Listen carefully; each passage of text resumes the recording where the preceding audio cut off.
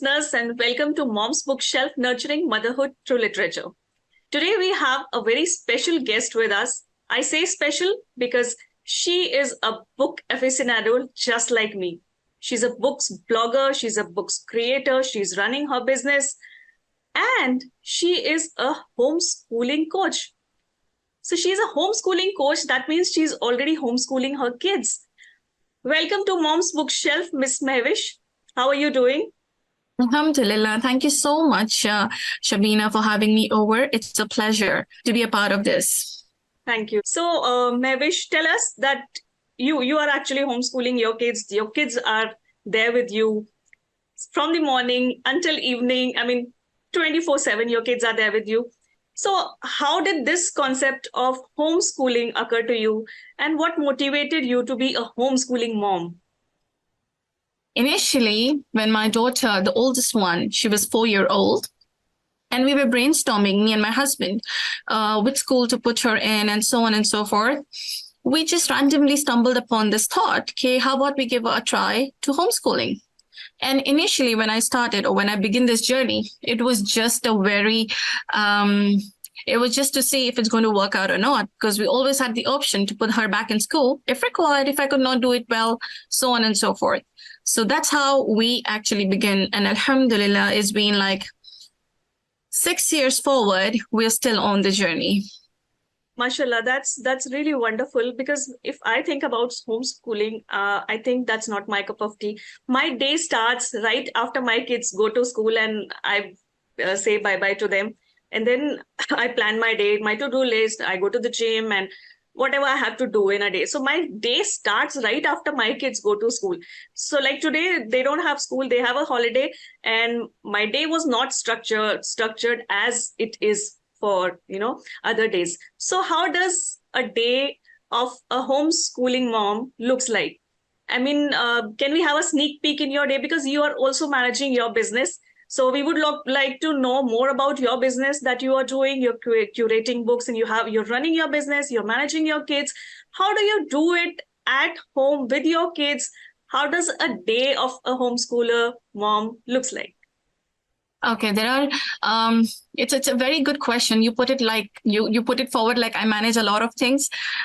Eventually, subhanallah, I can truly vouch for this, that there are moms who are doing much better role than me, even if they've got 4 or 5 kids, subhanallah. So I have seen moms who are homeschooling, who are also running business, who are also managing a lot of other things, but at the same time doing what they're more passionate about. In our school, in our day-to-day life, we have 2 different schedules, right? I have my own schedule and I have my kids' schedule as well. So I have to so while I'm homeschooling them, not necessarily I'm bringing school at home. What I'm meaning to say by that is I'm not sitting and teaching them 2 + 2 is 4. I assign them tasks where I can nurture them to become curious learners, independent learners, and only where it's required for me to facilitate, I enter. Even if my daughter now, because you see, similarly, if I tell you 2 + 2 is also 4, 3 + 1 is also 4. Some people do back forward counting. Some children do count back, or they do add up additionally. When I'm also teaching my children, I'm not telling them how do they go about it. First, I want them to process it forward themselves. Okay, how do I solve this? In which all ways can I really solve this? Is this also correct? Is this also wrong? Analyze their own question and answer by themselves. If they think they need my assistance, I'm there to facilitate it for them. I'm not teaching them all the subjects. Like language, our focus is to be able to give our kids in the primary years Quran, and also give them language.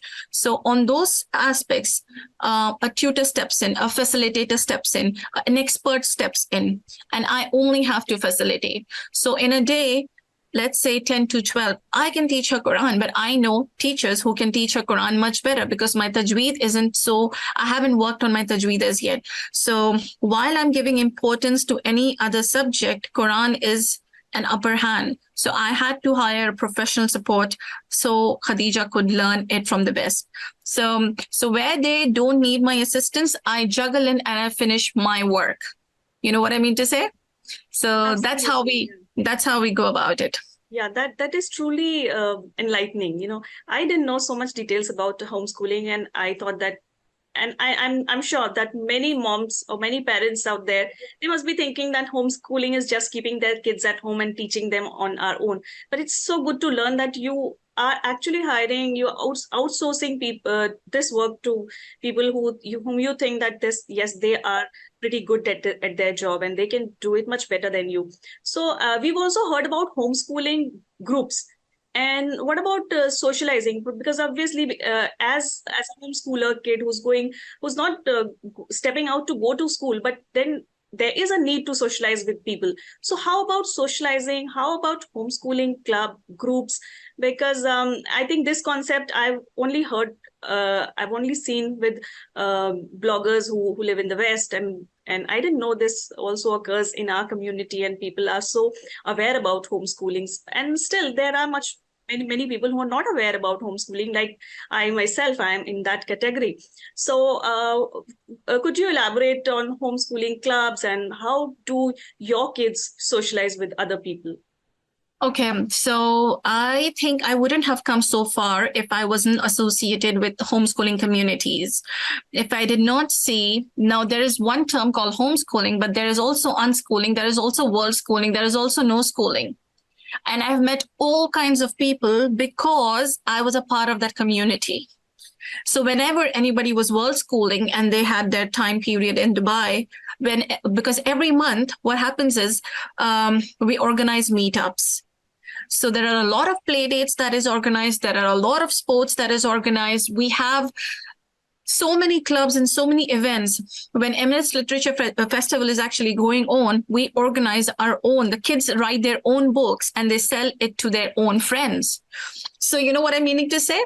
So the exposure is like, then we have artisans fair where the kids actually make things from their own hands and sell it to their friends. We all participate. So there is a lot that goes on. So we organize a lot of play dates, educational trips, exposure trips, name it, anything that can come. We've even been to chocolate factory to see how do you really work it out. I know even school trips do these things. Then we went to, like, we've done a lot of field studies as well that gave us an analysis of how actually things really happen. So I would say that because of these communities and regular in touch with these communities and popping up wherever I can with my both the daughters, we've had art clubs, we have had drama clubs, and so on and so forth. You name it, what you want to give your children, see who is there to facilitate it, organize it, and pull in and put forward your ad. And you see there are a number of signups who can actually come forward and want to be a part of that same thing. So a big contribution goes to the community and the passion that each and every family carries. It's unbelievable because you will see them walk the talk. You know, you will see them literally walk the talk. So that's where we've got our inspiration and our groups and our communities. Currently, my daughters see their friends at least 3 to 4 days in a week. And this is unstructured play. So they're doing their crochet or they're doing their horse riding sessions together, or they're preparing for their skits or so on and so forth. We've had, like, over a period of time, depending on the theme of the unit that we focus on, like we divide the whole term in terms, and each term is got a theme. So if that theme is catering to, let's say, explorers who were there, then we make our own lesson plans and we do a co-op style. So if I'm looking forward to teach my children about one particular explorer, some other mom is also going to be doing it for the next week. So this is how her kids benefit, I benefit, the workload is shared, and we don't stress out, and we all eventually learn so much. Yeah. Yes, I think that means that you're not limiting kids to one particular field, and the world is their It's classroom. classroom. Yeah. They learn from each and everything which they see around, and this is actually empowering their creativity, right? You mean to say that? And in your journey as a homeschooler mom, I'm sure you must have had those bits of successful moments. You had your challenges. So can you delve more into your successful moments and your challenges as well, both? Okay, I have seen a lot of successful moments because subhanallah, see, I'll just give you a small example, Shabina. When your child goes to a school and when they come back with a certificate or recognition or appreciation from somebody, they come and they share it with you, you feel on the top of the world, you know? Similarly, but when I'm experiencing that, it is amazing. One such event that I want to share with you is the other day we were in the park, and I think park is such a natural ground for the kids to hone their skills, to build up their confidence, to face your bullies. So my child was with a group of friends and group of cousins, and there were some bullies, and they came forward and they used some bad words.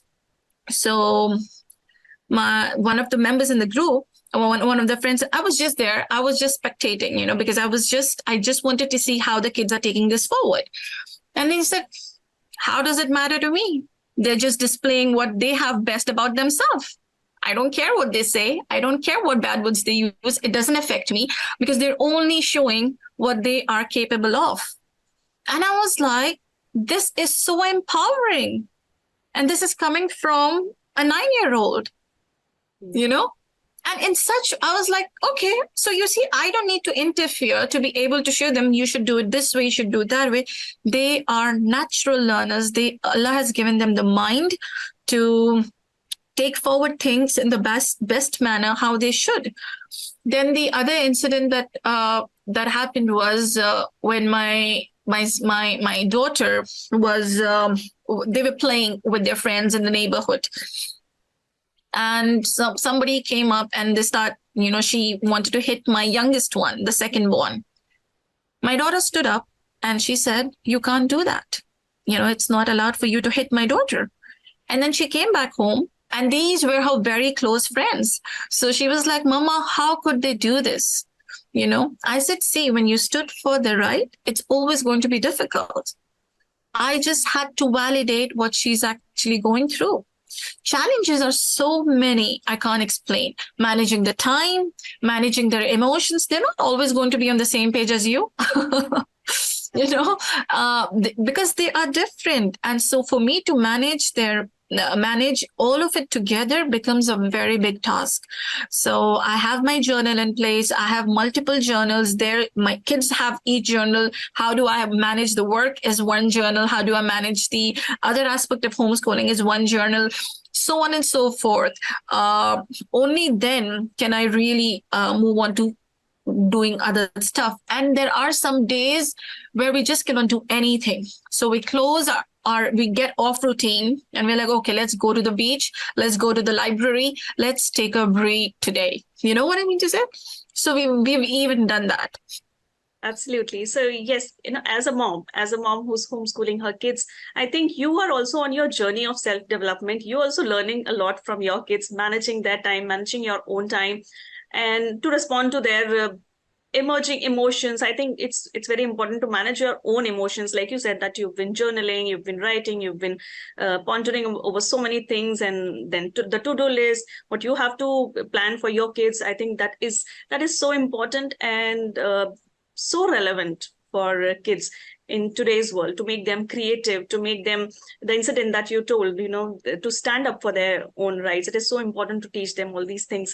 So tell us about your business as well, that you're curating books and all, your website, that is Overbooked DTM. Overbooked Okay. ATM, sorry. Yes, ATM. Yes. Overbooked was initially taken, and I had to do something about it. So then I thought Overbooked at M's, because Mehvish is my name and M stands for initial. So people took it differently, but then alhamdulillah, it's been there. So I started my business when I was actually book business when my daughter was born. So she was just 3 months old, and I wanted to start pursuing work outside home because we were amidst some financial issues as well. So I thought might as well. But then, subhanAllah, things did not get facilitated, and I made a lot of dua, and this door opened. Why it opened primarily was just not to sell books. I can hold a lot of books and I can sell a lot of books, but that was not my niche. My niche was to be able to bring those books that are impactful for the audience. So when they put their time and their money into it, they get something out of it.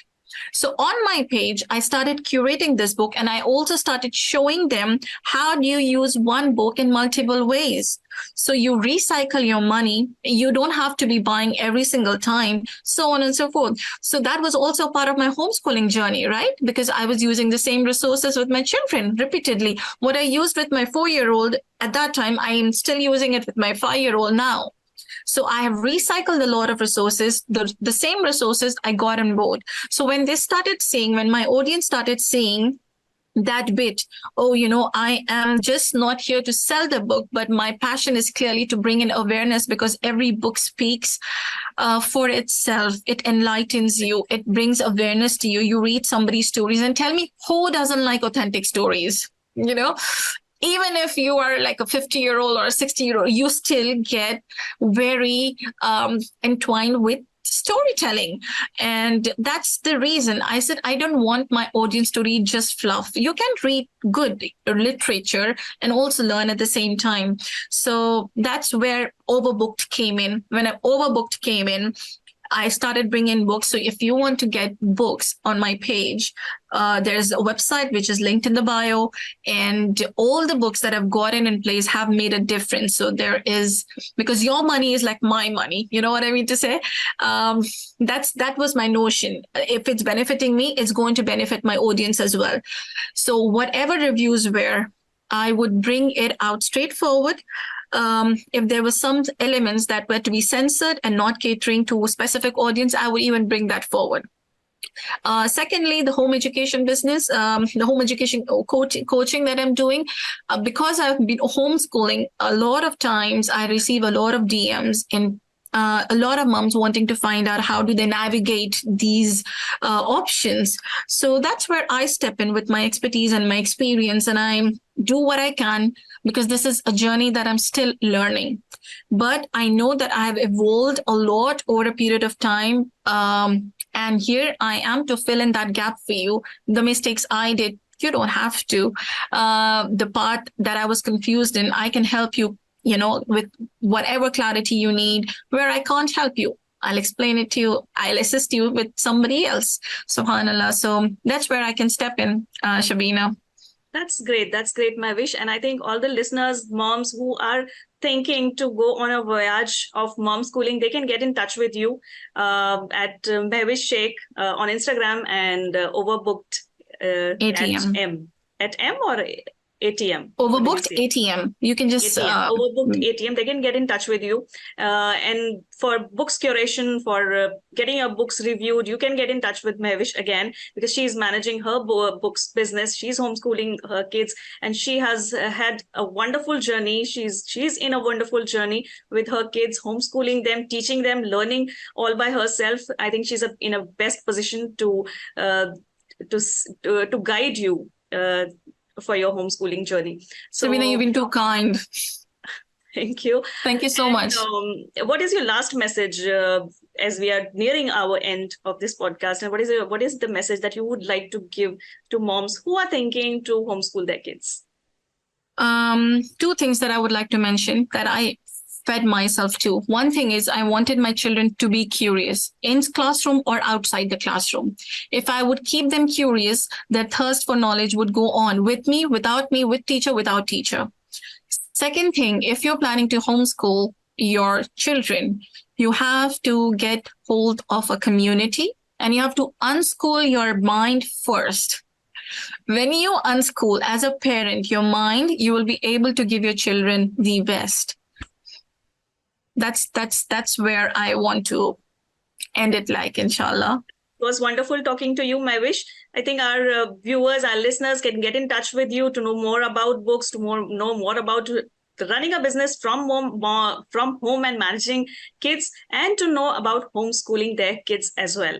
So it was a lovely podcast, lovely meeting you. And I wish you all the best with your journey as a homeschooler mom and your journey as a books curator and books blogger. Thank you so Thank much you for so much, joining us. Shabina. Thank you so much. Lovely being here.